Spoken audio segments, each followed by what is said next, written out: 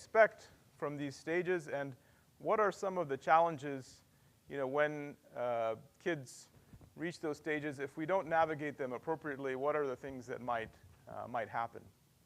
So, and really, I'm going to talk about 3 stages. One is, and I will talk briefly on the first 2 stages, and the last stage spend more time. The first stage is what we call preschool-age children. The second stage is what we call school-age children, and the third stage is adolescence. And roughly speaking, the definition of each of these groups, preschool age is around anywhere from 3 to 5. And school age we consider 5 to 12. And then adolescence used to be teenage years. But now increasingly people define adolescence as from around 12, 13 to 24. So they expanded adolescence to what you would consider in the past young adults.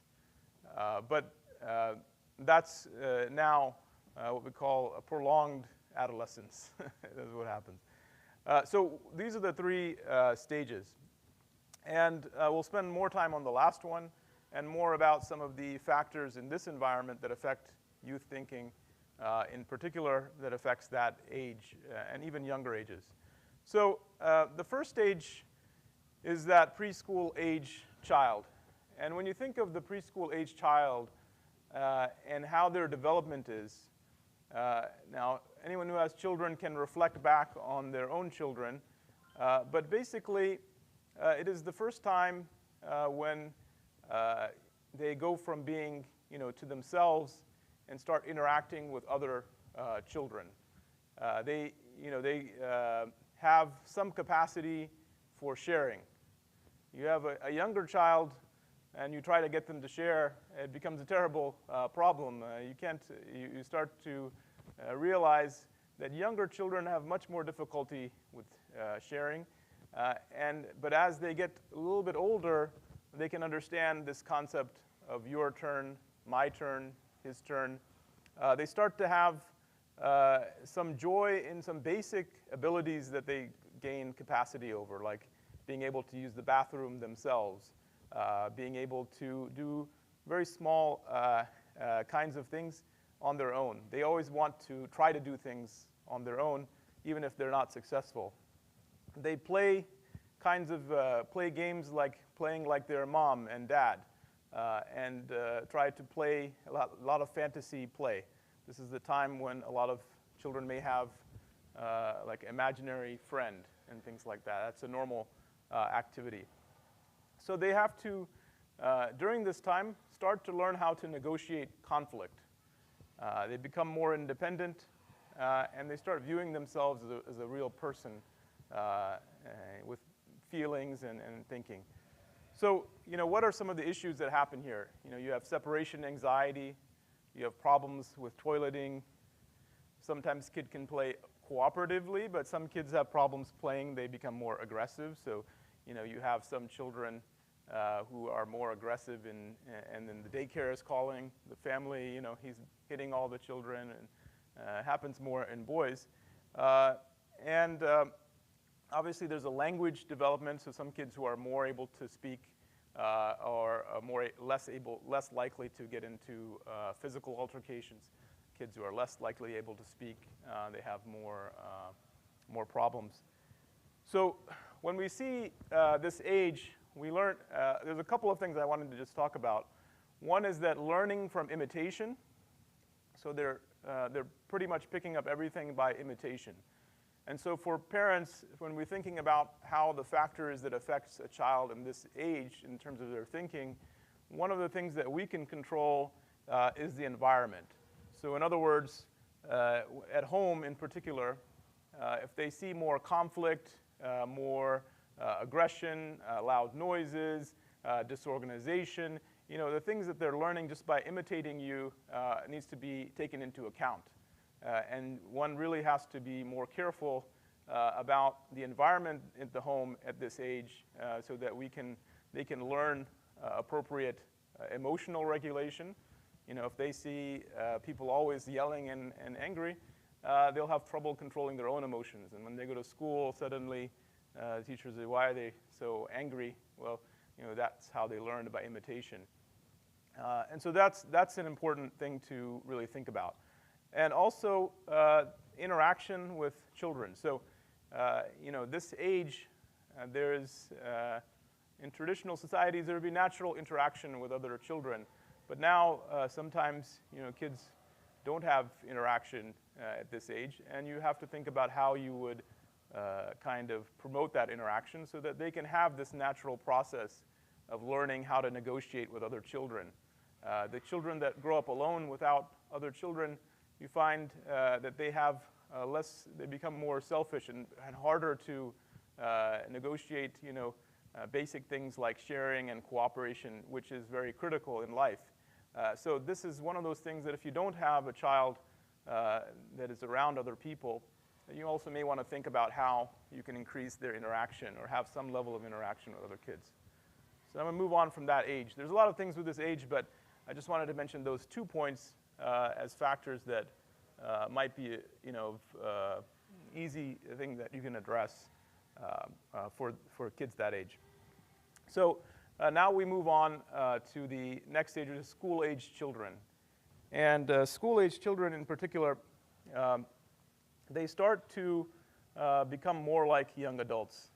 The brain by age 7 reaches 90% of the adult volume. So it becomes basically like an adult brain. And what happens at this age is that kids are really appreciate rules and laws. So, you're supposed to do this and you're not supposed to do that. And if anyone had kids at this age, you remember, or has one now, you'll say sometimes they'd come and tell you, oh, Baba, you're not supposed to do that, or you're not supposed to do this, and this is wrong. And because they learn and they understand and appreciate laws, rules, expectations, and as opposed to other ages, they're more likely to really stick to those. And so they start to become more orderly in their interactions. And they become more busy with life. So as you see with young kids in elementary school, suddenly they're doing more things. They're in soccer, they're in athletic activities, they're in group activities, they have school, they have family. So they have multiple things that they're involved in, and they have increasingly busy lives. So what are some of the things that could impact them negatively? One is that if you have a very undisciplined home, or lack of rules, lack of expectations, some people don't have like a timeline. We're going to eat dinner at this time. This is what we're going to do at this time. This is the activities and chores. Some people are living in a way without any organization. And it sort of impacts these young kids at this age to also disturb their self-organization. Secondly is that this is a time when they start to appreciate the skills they're learning, and it's a time for them to shine, really shine in the kinds of abilities they have. And if you don't give them the proper venues to really show their skills and appreciate their skills, then again, this is another source or chance for like an inferiority to build and a lack of self-confidence. So that's something that you have to think about as a parent. How can you give them more activities, and whether they're academically gifted, athletically gifted, or in other gifted ways, that you give them exposure to a wide variety of different things so that you can find something that they're very good at and they can really develop more self-confidence. This is the time when you really need to establish a moral code. When you talk about Islamic values, Islamic rules, what we are as Muslims, how do we behave, how do we dress, how do we deal with other people, these are the times when the children are most receptive to accept these values. And if you waste the time and don't implement these things at this age, much less likely to accept them later on. So this is also the critical time where this must be implemented. And when it's not, they incorporate other values which you may or may not appreciate. So that's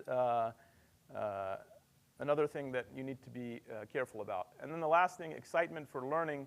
I think this is a time when they can get as much learning, and enriching activities. It's very helpful so that they can develop a lifelong kind of attachment to learning. So I think that's also important. And these are things that you can do to address these, and when they're done inappropriately, obviously they have the negative effect. So I'm going to turn to adolescence. Adolescence, as I mentioned, long period of time. Some people say they're adolescents now for their whole life. They behave like they never went past this level. But nonetheless, this is the time traditionally when a child becomes like a mini adult in many ways, and adulthood is actually physically and emotionally, you're having a maturation process where in most cultures there was some kind of ritual to declare the person an adult at this age. And what's happening is that increasingly they are moving outside of the home in some way. The circle that was the home now expands into more of the friends and the peer group. And so what we say is peer groups become more important for teenagers and adolescents in many ways than their families. And people start to become more abstract in their thinking.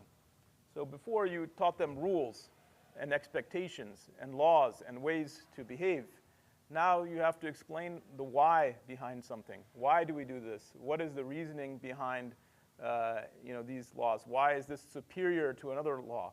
Why do we need to, so that it becomes what we call not just thinking, but thinking about thinking. Why do we think in a certain way? Why, so it's not so concrete. We call it abstract thinking. So that level has to be nurtured in a different way.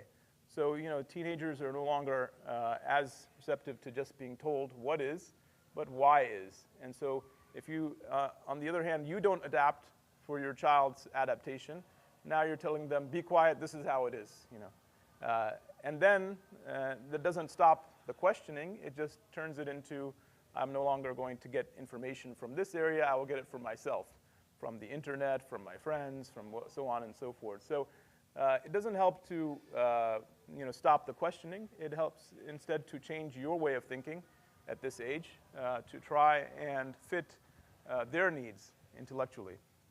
One of the things that now I'm start to get into a few of the localized factors in the United States and Western countries affecting adolescence.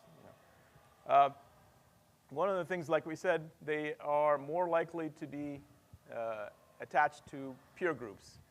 And the peer groups is a critical thing to examine because positive peer group can have a lot of positive effects, and a negative peer group can have a lot of negative effects. And so one of the single biggest things we have to pay attention to at this age for our children is that who are their peer groups? Who is their friends? Who is the ones they hang out with? And that can have a dramatic impact. And in fact, sometimes you need to change that group altogether. And sometimes you need to take even more dramatic or aggressive approaches to change these peer groups. Even now in adults, there's a group called Alcoholics Anonymous. It's a 12-step program. People go and meet if they have an alcohol problem. And one of the things they talk about is people, places, and things, meaning that it's not enough to stop an addiction by just saying don't drink. You have to change the people that you're around. And in fact, that's really what has to happen sometimes for children, that their peer group is so detrimental that you really have to change it somehow. And that's something you have to think about. The other factor is that this society is over-sexualized in all Western societies. And that looks and the way you appear is very much a commodity. And everything you see in the media, particularly, it's about appearance and how you look. And in fact, we'll talk about social media, but that also reiterates this idea of how you look. And in particular, it's a problem for girls.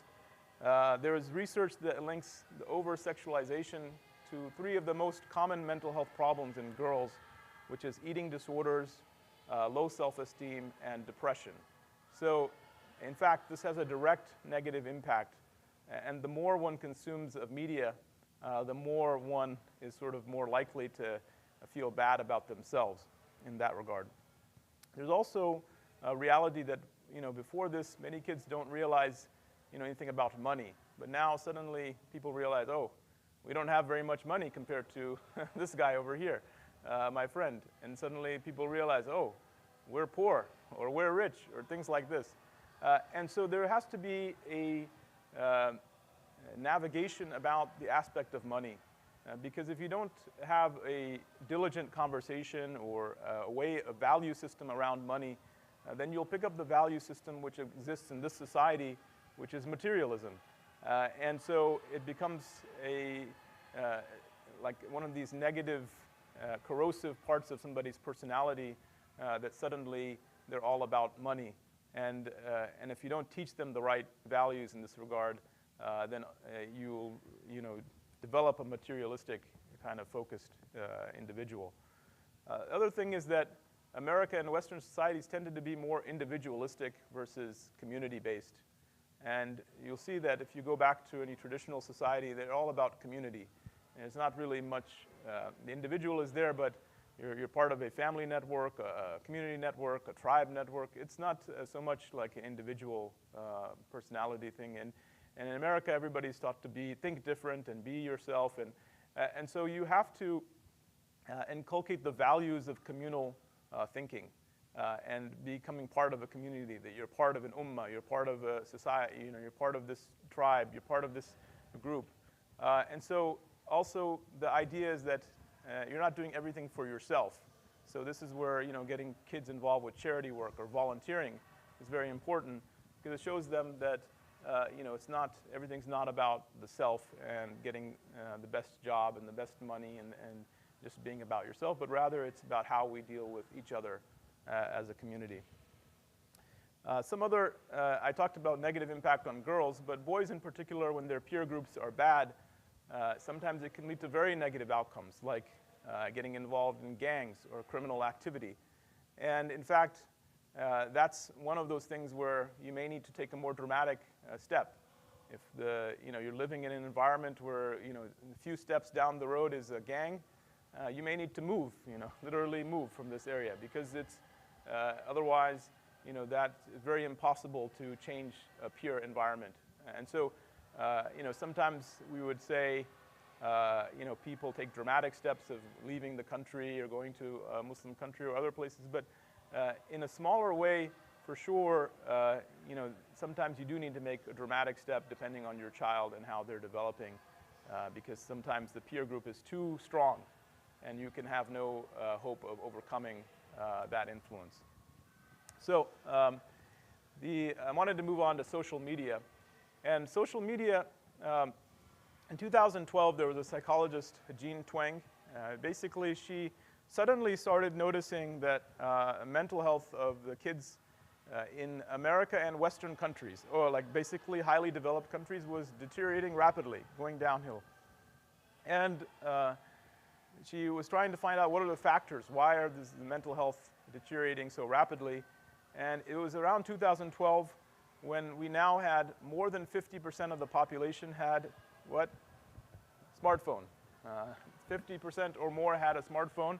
And she started to look at the impact of electronic media and social media on mental health. And Facebook, they've been doing research on this for a long time, but they didn't release the research. It was internal research. But somebody leaked some of their documents, and they found that internally they knew that about a third of girls, in particular, using Instagram, said that Instagram made them feel worse emotionally, but that they couldn't stop using it. Like they were sort of addicted to it. Even though it made them feel terrible, they would stop using it. They couldn't stop using it. And so they knew that there was some negative impact from this on particular populations. And You know, today's teens spend more than 5 hours a day on social media. It's long, it's a very large amount of their time is spent. And social media, broadly defined, meaning including YouTube, even though there's not as much interaction, they consider that in social media. So the media consumption is quite large. And the main concern about this is, among other things, that it displaced a lot of beneficial activity. So there was a study released in the Journal of American Medical Association. That's one of the biggest journals in the United States, medical journals. It was just yesterday or the day before. And it said that the health of children deteriorated over the past 17 years. The health of children in this country, the physical health and the mental health, has been deteriorating for the last 17 years. They said their kids are more likely to have obesity, chronic diseases, mental health problems. Obesity rose from 17% to 21%. Anxiety became 15 to 20% more likely compared to 2011. They're comparing it. And there were certain things that also happened: early onset of menstruation, trouble sleeping, limitations in activity, physical symptoms, depression, loneliness. All of these things increased.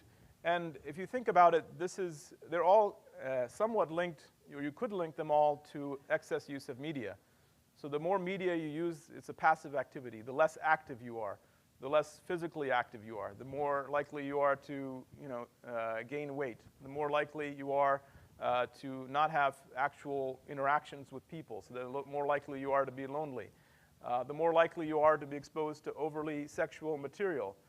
On average, the American child by age 12 is exposed to pornography. So, just by being online, you get exposed to sexualized kind of content merely by just being on even random websites.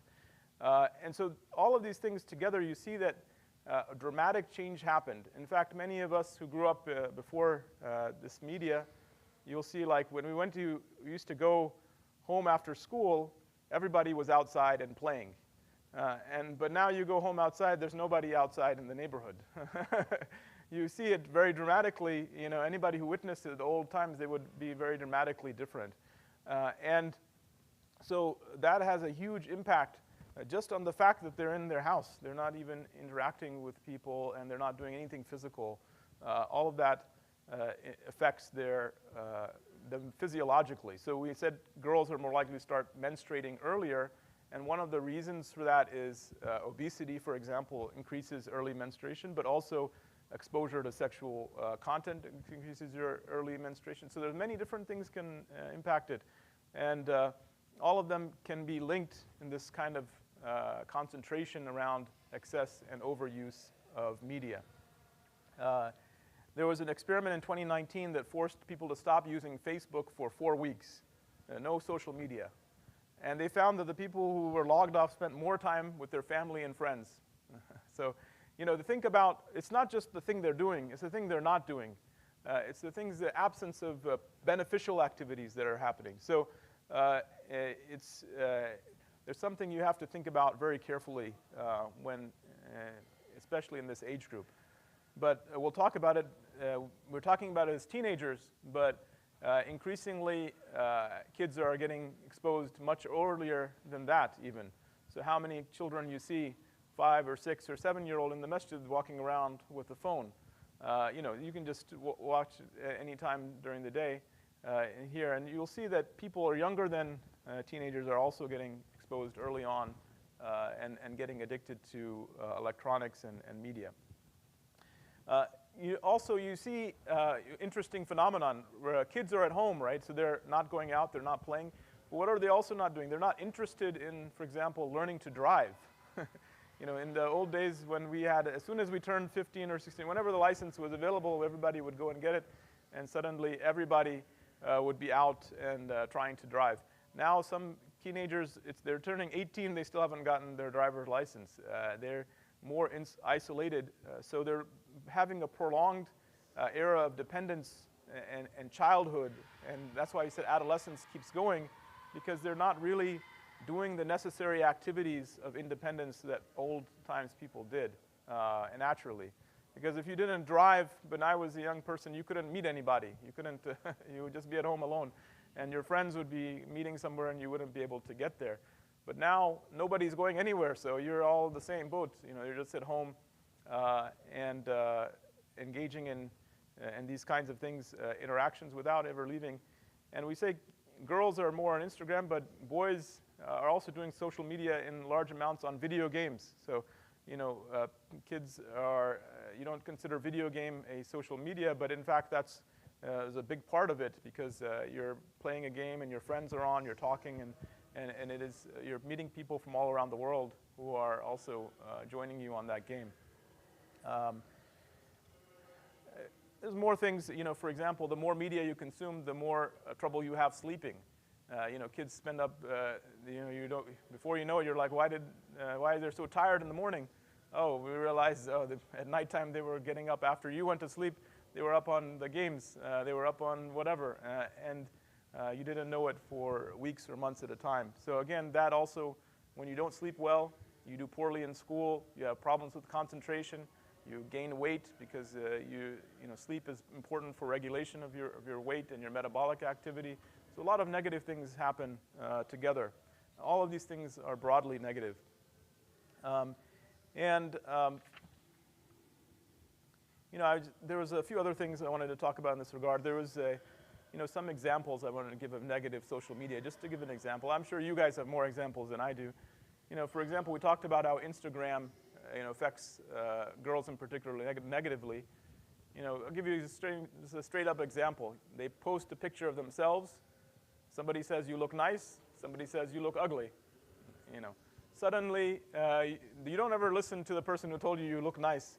Now you certainly start to feel like you're ugly, and you need to change something about you. And that's the nature of, criticism. Is even in my time when I failed an exam, I remember the exam I failed. I don't remember the exam I passed. And so that's the thing. It's that negative valence sticks in your mind. And that's just one example of how social media affects, and anybody has had that experience if they've been posting their own pictures. Other kids, this was an example from a police forum where they were trying to teach kids not to use social media. They said, how can you get in trouble? So some kids were posting pictures of guns or drugs or committing acts of violence. These social media posts are forever. They don't go away. So, even now you see sometimes a politician or somebody coming forward, and then the people are going back and looking at all their social media posts. And now they're finding something he posted when he was 17. One kid, I think he was at Harvard, and he got in trouble for something he posted as a teenager, and he was kicked out of Harvard school. So these things are not minor, and they can have lifelong consequences. So even liking inappropriate posts can have a consequence on somebody. Scholarships have been denied because of social media. Jobs have been lost due to social media. People, some jobs would want your social media to make sure that they vet you appropriately. So kids need to know all these things when they're growing up. There's a study that UCLA does. It's called Screens and Teens. They do it every year. And they basically survey teenagers and kids about their activities. So I thought that would be of interest. I saw this last year, and it was very fascinating. So some things that, I'm not going to go into all of it, but one thing to note, it says, at what age did you start using social media? And less than 10 years old, 20% of the kids said this. Before they were even 10 years old, they were using social media. And in fact, if you add up all the groups, before age 14, 80% of kids had already been starting to use social media. So 80%, the vast majority of kids by 14 had been exposed. Oh, 10 minutes, okay. And they said, how many hours do you use entertainment media on a daily basis outside of school? Maybe I should ask, what do you think? I'll give you the categories. 2 to 4, 4 to 8. Those are the only two categories I wrote down, but these are the most important. 4 to 8? Anybody else? 4 to 8? Well, you were a bit too pessimistic, but 4 to 8 was 30% of the kids, so it was quite a large percentage. If you think about it, that's how many hours are in the day. They're going to school for 16 hours. 4 to 8 hours a day on media, it's a crazy amount. But 41% was anywhere from 2 to 4 hours. So if you add up 2 to 8 hours, that's the vast majority. So they're bringing hours a day when they're coming home from school on media. So it's not a very small amount. It's quite a bit. Lastly, and I did want to at least mention this, in this survey, only 75% of the kids identified as heterosexual. So only 75%, meaning 25% had some other category, whether it was bisexual, pansexual, gay, something else. And this became a big issue, and you saw it affecting the whole society. The whole society was suddenly starting to see all kinds of kids, largely, large numbers of kids are suddenly saying they're transgender or something like this. And it alarmed the population here quite dramatically. It's still underappreciated by the Democratic Party here, how much of a factor that was in their loss in this political election. Because they didn't see anything wrong with it, and the rest of society was alarmed by how was this suddenly affecting the brains and thinking of children. And if you think about it, we talked about social media, we talked about peer groups. Now you have a peer group online and a media vehicle, and now you're stuck in this peer group and this media vehicle, and you're constantly in what we call an echo chamber. People, they echo your thoughts, and you escalate this thinking. So now there was a certain mentality among teenagers that started that, the old guard, they called them normie. They're normal, they're normies, they're boring, they're staid. Some people use this term basic. No, I said I need to find some younger person to see. Sorry, I picked on you. It's not a term from my age, but they would call people basic because they don't have any, they're like a normal person. And so it was a pejorative term. And so people, teenagers in particular, they were starting to increasingly try to develop their personality in terms of like coming up with strange ways of expressing their sexual identity. And they combined this with this idea that the old guard was very normal and basic, and so we're going to be more, diverse in this regard. And then the old guard was also, racist, and we're going to be, anti-racist. So that was positive aspects, but they combined these things as virtues together. They made these things together as virtues, and in their own echo chambers, these became escalated. So people would tell them, don't listen to your parents. Be yourself. Express this. You know who you are. You were always this way, and so on and so forth. And so the social media part of it kind of escalated this small amount of ideas into like a kind of a maelstrom, or a storm of large impact, and created a large impact on kids. And so this is another one of the negative parts of social media. There's a type of social media called Discord. I don't know if you guys are aware of it, but Discord is a crazy social media application because it has almost no really safeguards. And the people are interacting there in these kind of forums, and they're posting all kinds of negative content on there, sexualized content, and really there's no limit to what kids would be exposed on that media platform. So I found, in particular, whenever I had kids who had developed this as like a lifestyle or a cohort, or they started thinking like this more extremely, a lot of them were on these chat groups on Discord. And that became their whole life. That was the people they looked to for validation. That was the people they looked to for approval. And they would tell them advice about what to do and how to hide things and so on and so forth. So again, another one of the negative aspects. I'm going to just finish up. Jonathan Haidt, he's a psychologist. He has been talking about this quite extensively. And in fact, he said this is unfortunately not an individual problem, it's a collective problem. And so we need to act collectively. So he's been proposing 4 norms. And increasingly, you'll see these in countries. Some people, he's been going around the world. So many countries have adopted some of these already. And you'll see in the US, I think they're trying to adopt some of these policies. So one, he said no smartphone before high school. That was one of his rules. Second is no social media until age 16. And the third norm, phone-free schools. The school should not have phone in it. And the fourth norm is that we have more free play, or more independent free play and responsibility. The third one is responsibility. Kids should learn more responsibility. So these are things that already, some countries have adopted as far as the smartphone and no social media and phone-free schools. And you'll see even now in the US, there's these three key things are being promoted. Lastly, I just want to tell you his website. There's a website called AfterBabel, BABEL.com. After, like Babylonia or Babel, Babel. But that's a good website because it has a lot of tips and tricks from parents about media and how they handled it with kids, and also, some solutions that, like, for example, there are phones without any social media apps on there that these people sell. There's ways to track your kids. You want to communicate with them. That's one of the benefits of a phone. There's ways they talk to you about smart watches that don't have any apps, but you can talk to your child and know where they are. So there's not only technological solutions, but also in that they talk about how do I talk to my child who I've given all these things to, but I've seen the negative impact and I now want to take them away. And so that's a dramatic and traumatic thing for a child that they're having these things taken away. But it also talks about how you do that and how you might navigate talking to them about what you're doing.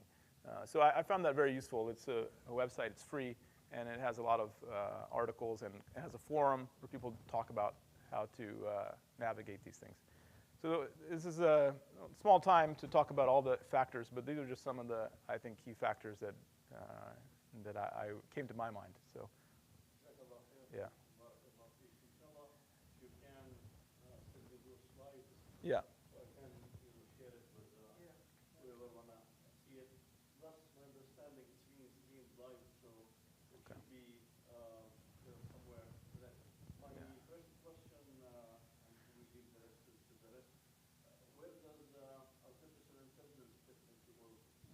Yeah, well, that's something that's relatively new, but I think one of the impacts really so far have been around, what are kids developing the skills they need, or are they using AI to short circuit, the learning that they need to do? For example, many kids will say about AI that they use ChatGPT to write their homework papers or their essays, all the things that the teachers are asking them to do, they're doing it on ChatGPT. And so they're not learning some of the skills they need to learn. I think that's just some of the initial impacts that's been most commonly, I think, reported to me by kids. But it's increasingly going and, affecting every aspect of work and life. So I don't know, was there a particular thing you were thinking about? I don't know. Well, for example, the Sunday school classes, you would give them homework to try to see, for example, the school is a super cat. Yeah. The aim is for them to go to a super cat. Yeah. So the last assignment that Naji gave to them, he said 3 minutes, everyone has the assignment done. 3 minutes, everybody has the assignment done. Yeah, yeah. So if that's where things are heading, that would affect. Yeah, learning is. Yeah. Yeah, I think I forgot who said it, that your learning is what you take with you in the bathroom, but because you don't have any books in there. I forgot which scholar said this, but now you have the smartphone in the bathroom, so you can take everything with you, and you don't have to memorize. I think one of the things is analysis will be more important than memorization, and that's been unfortunately, the Islamic studies programs have all been about memorization, which I think is still key. It still helps your learning, but analysis is quite a bit more important in this age when you have everything at your fingertips. I don't know. The impacts are so many that it's hard for me to really comment intelligently on it. But you had a question?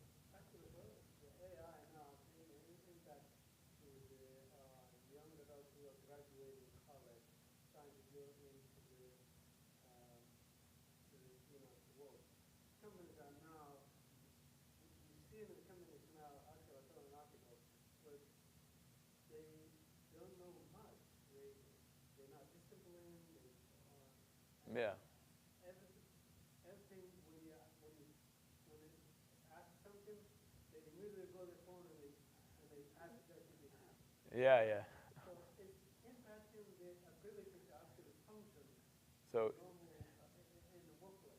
And I'm just going to repeat what he said just for the live stream. Is the brother was saying that people are increasingly like don't have skills to function in the workplace because they're bypassing the ways to learn skills by just cheating and using ChatGPT. I mean, there's, Amazon chairman just a few weeks ago said that they're going to fire like 20,000 people or, because of AI, they don't need these people. That's another aspect. And then the other thing is if you're in IT, you have to know how to use AI. That's the other you have to be able, everybody I know in business and media and sort of IT, they're using AI in very different and more enhanced ways than we are. And if you don't know how to use it, then you're also going to be behind. So it's not that it's all like negative. In a way, you have to, it's the environment you're in, you have to swim in it. So you have to adapt to it. Yeah, sorry, sister. Do you have any?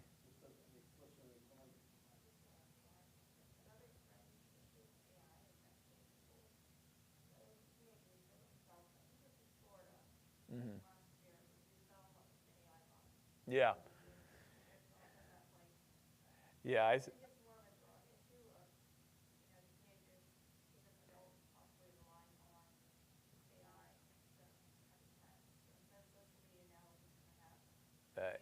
AI bot. Yeah, there's a whole host. There are hundreds of these applications on the Amazon, the iPhone store or the Google Play Store, and they're all like, some attractive boy or girl, and they just talk to you.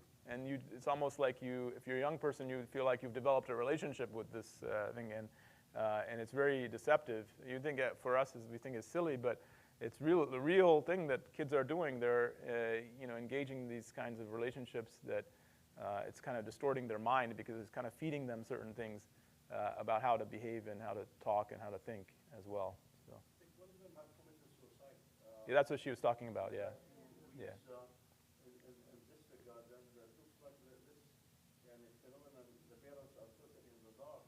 Yeah. In this regard, and they say that in Japanese culture, they don't really want to marry, so they have someone in cyberspace. So it's not really just the American culture. Any comments on here? Yeah, totally. So about protection, you mentioned some stuff about protection, rules of thumb about like no phone, no social media, no nothing. Your connections, who do you connect your child to after age 12? However, sometimes restriction, these things due to protection, can harm the growth of the child. Could maybe just elaborate more on that? Yeah, yeah. I mean, I had when I was growing up, there was some kids, very few, that they had almost no friends. The parents would isolate them totally, and at that time there was no social media, there was no internet, nothing, and those kids were very, very odd. Whenever you would go visit them, they had, almost no social skills, and and some of them, when they became older, they totally, went crazy in terms of their behavior because they suddenly had so much freedom, and so I think there is some aspects to the brother was saying, if you do too many restrictions, that kids will not, grow or learn appropriately. I think there is an element to that, but I think, that's if you also isolate them from society. If you don't give them social media, but you're bringing them, for example, to activities with other people and actual physical and social interactions, well, that's a normal way of living. You're not defying or depriving them of normal human behavior. What you're depriving them of is a kind of artificially created online society. And you do need to eventually, like these examples are all, no social media until age 16, no phone until age 4. So there has to be a time when they're becoming adults where they do have to get kind of taught media literacy and have to get a phone. And so that's why there are, like I said, there are technological solutions where you can get like maybe one app on the phone or something, where they can start to learn a bit about media, but not, full-fledged, just throw them in there, and let them swim, which is a bad idea. Yeah. I read a book a couple of years ago. There they said that Tim Cook and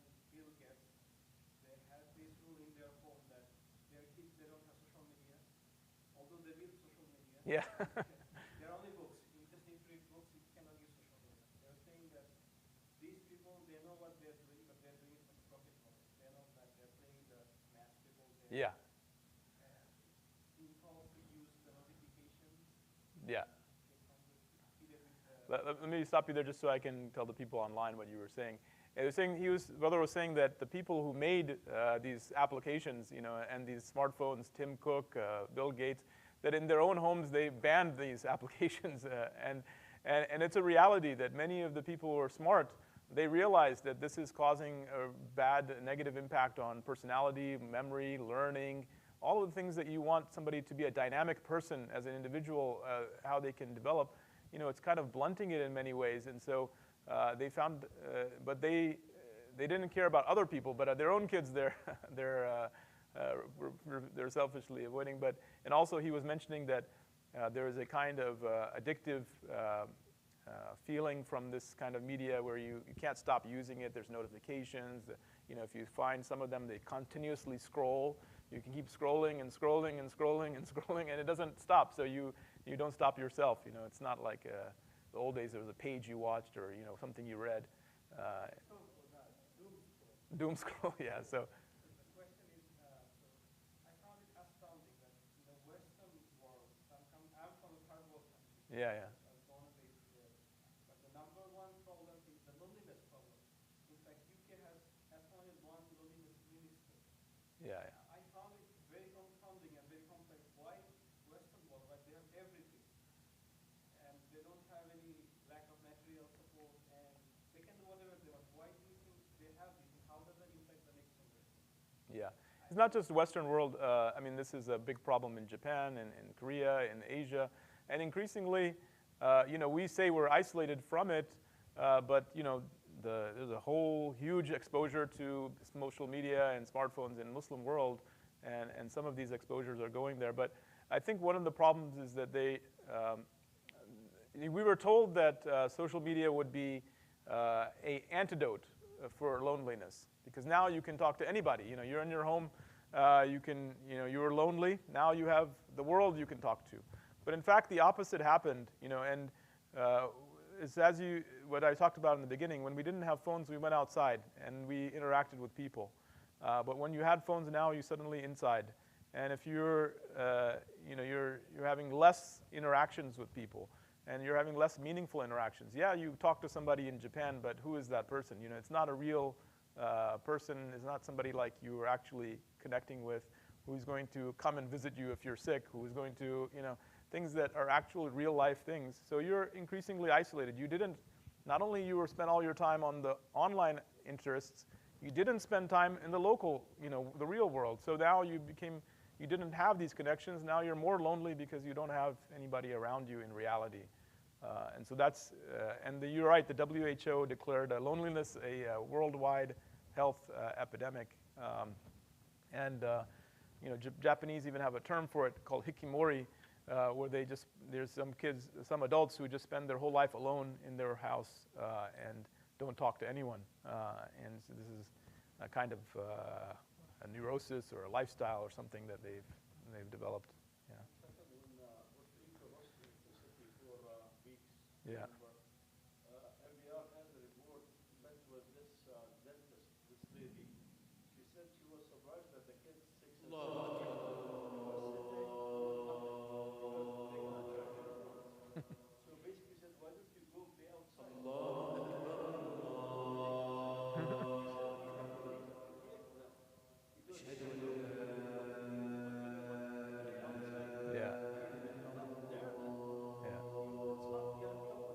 It's not natural, yeah. Yeah. Sister Anna. Yeah.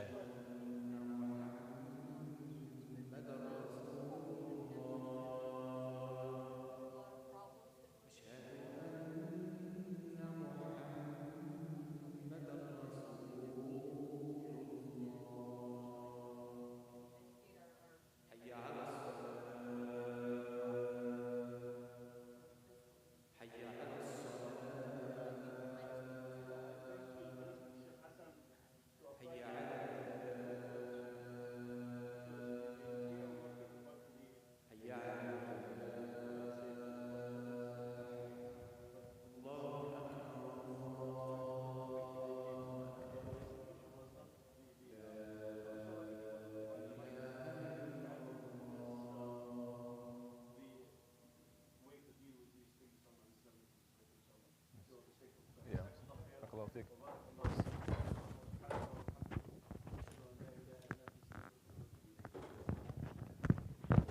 Yeah, I don't have slide. It's paper, but I'll send it to you.